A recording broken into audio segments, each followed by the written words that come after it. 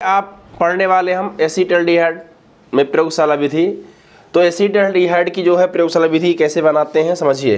तो चित्र के अनुसार कांच का एक गोल पेन दिया, क्या लेते हैं, फ्लास्क लेते हैं। क्या लेते हैं, चित्र के अनुसार कांच का एक गोल पेन दिया, क्या लेते हैं, फ्लास्क लेते हैं, जिसमें पोटेशियम डाइक्रोमेट की तुली हुई मात्रा को जल की तुली हुई मात्रा के साथ मिला दिया जाता है। तो चित्र के अनुसार हम क्या लेते हैं, कांच का एक गोल पेंदी का फ्लास्क लेते हैं, जिसमें पोटेशियम डाइक्रोमेट की तुली हुई मात्रा को जल की तुली हुई मात्रा के साथ क्या किया जाता है, मिला दिया जाता है। और इसमें क्या लगी होती है, कीप लगी होती है। क्या लगी होती है, तो कीप की सहायता से हम एथिल कोह असल्फ्यूरिक अम्ल मिला देते।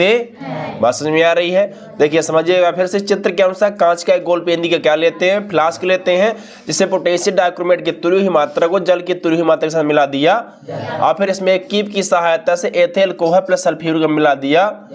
फिर इस फ्लास्क का संबंध जो है रबड़ कार के द्वारा संघनित्र से होते हुए किससे कर देते हैं, ग्राही से कर देते हैं। किससे कर देते हैं, जिसमें ग्राही में जो है E3 विलयन भरा होता, क्या भरा होता है, E3 विलयन भरा होता है, जो बर्फ के द्वारा ठंडा रहता। ये क्या भरी हुई इसमें, बर्फ, ये किसमें क्या भरा, E3 विलयन। तो ये जो E3 विलयन होता है बर्फ के द्वारा क्या रहता है, ठंडा रहता है।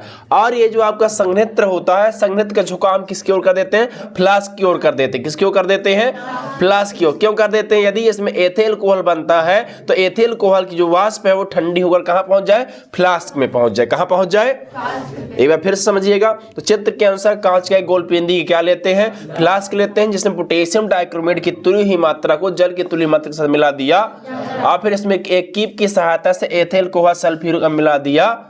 फिर इस फ्लास्क का संबंध जो है रबड़ कार के द्वारा संघनित्र से होते हुए किससे कर देते हैं, ग्राही से।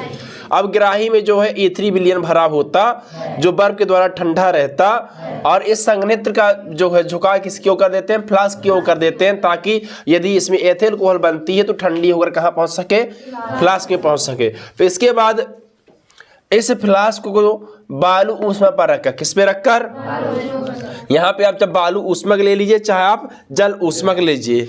बात समझ में आ रही है, क्योंकि डायरेक्ट हम जो है फ्लास्क को गर्म, अगर डायरेक्ट गर्म करेंगे तो फ्लास्क हमारा चटक जाएगा और क्या हो जाए, टूट जाएगा।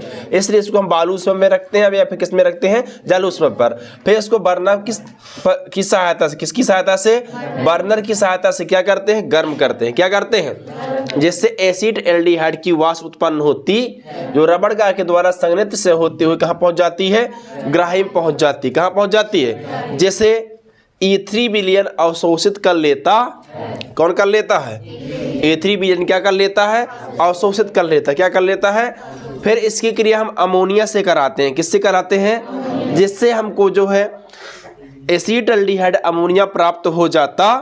क्या प्राप्त हो जाता है, अब फिर इसकी हम क्रिया हम सल्फ्यूरिक अम्ल से कराते हैं, जिससे हमको शुद्ध एसीटल्डिहाइड प्राप्त हो जाता। और एक चीज ध्यान दीजिएगा, यानी प्रयोगशाला में जो आप एसीटल्डिहाइड बनाते हैं वह ऑक्सीकरण विधि द्वारा बनाया, किस विधि द्वारा बनाई जाती है, ऑक्सीकरण विधि द्वारा बनाई। बात समझ में आ रही है, कोई दिक्कत, बनेगा। चलिए तो लिखिए।